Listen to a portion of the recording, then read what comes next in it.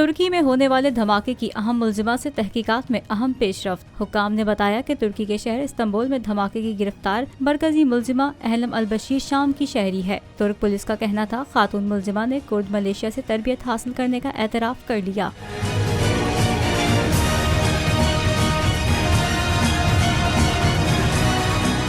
Istanbul धमाके के इल्जाम में मरकजी मुलजिमा अहलम अल बशीर समेत 46 अफराद ज़ेरे हिरासत हैं। गुज़िश्ता रोज होने वाले वाक़े में 6 अफराद जाँ बहक और 81 अफराद जख्मी हुए थे।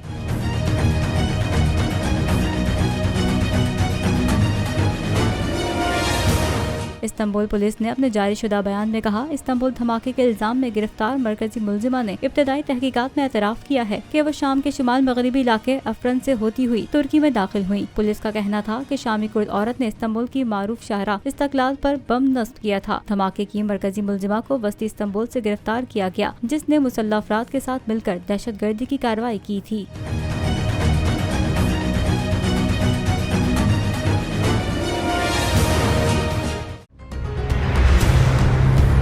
कप्तान का हकीकी आजादी मार्च, बोल न्यूज की खुसूसी कवरेज। ये एक फैमिली मार्च है। हकीकी आजादी मार्च जो है जीजी रोड पर रवां दवा है। बोलने की हक और सच की बात। इमरान खान के कंटेनर के करीब फायरिंग का वाकया पेश आया। फायरिंग से जख्मी अस्पताल मुंतकिल। कातिलाना हमले से किया पर्दा चाक। बोल हमेशा बना आवाम की आवाज। को वेलकम देता हूं। आजादी मार्च के लिए बहुत अच्छी कवरेज की है। ये मार्च की जबरदस्त सब्सक्राइब करें और बेल दबाएं ताकि कोई खबर रह न जाए।